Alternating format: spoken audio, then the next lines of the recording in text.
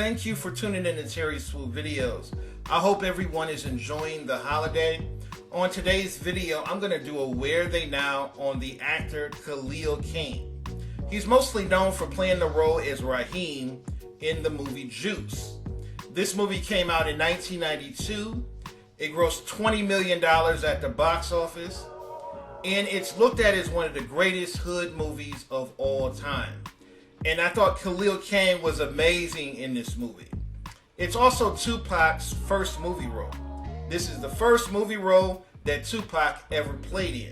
Now, Khalil Kain was born on November 22nd, 1964 in Manhattan, New York. He was born from a biracial mother who was half black, half Chinese. And his father was a famous black artist by the name of Khalil Kain. And he was one of the founders of The Last Poets. The Last Poets were a spoken word hip hop group in the 1970s. And they paved the way for a lot of hip hop artists today. Their music was all about civil rights and black pride. And they did a lot of great songs. They made a lot of songs about revolution. So Khalil Kain is definitely a pioneer in hip hop. And he doesn't get enough credit that he deserves. When Khalil Kain became a teenager, he relocated to California, and he attended Foothill High School.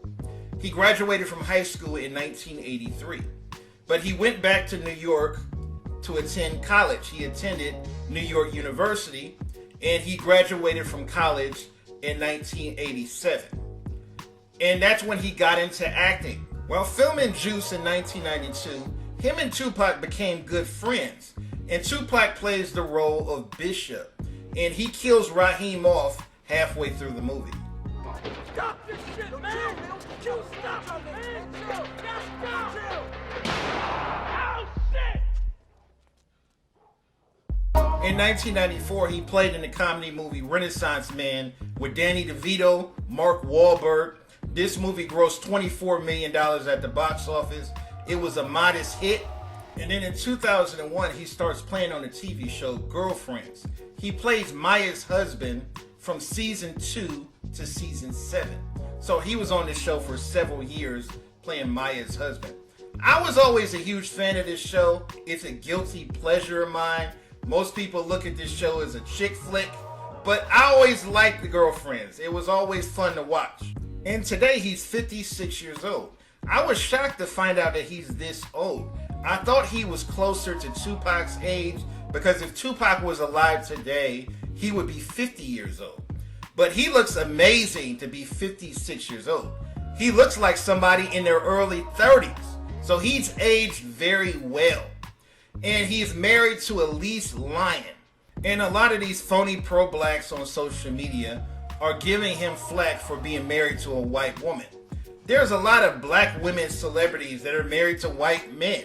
I don't see anybody giving Serena Williams flack for being married to a white man. So why are you giving this man flack for being married to a white woman? People should marry the person that makes them happy. This is why I can't stand a lot of these phony pro-blacks on social media. These people are just as hateful, just as bigoted as some of the white supremacists that they're speaking against. This is why I can't stand these bastards. Marry the person that makes you happy. It shouldn't be about race. You should judge a person by the content of character and not the color of skin. There's a difference between old school pro-blacks and today's pro-blacks. The old school pro-blacks understood that being pro-black is not about hating white people. Being pro-black is about having pride in yourself, not putting down other races of people.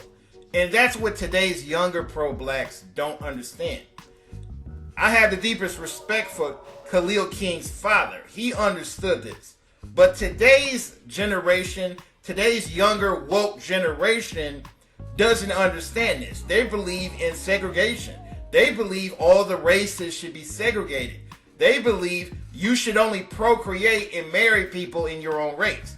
I believe people should marry and date who they want to date. Every time a black man dates or marries somebody outside of their race, they're immediately called a sellout. They're immediately called a coon. They're immediately called a self-hater. And when I was reading the comments on social media about Khalil Kain, and people were calling him all these names just because he's married to a white woman, is completely ridiculous. And he had to post something on Instagram responding to all the hate that he was getting.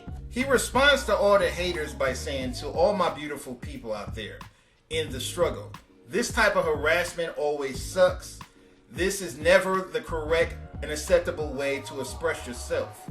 You're a parent. Damn. If my personal choices offend you, then that's your business.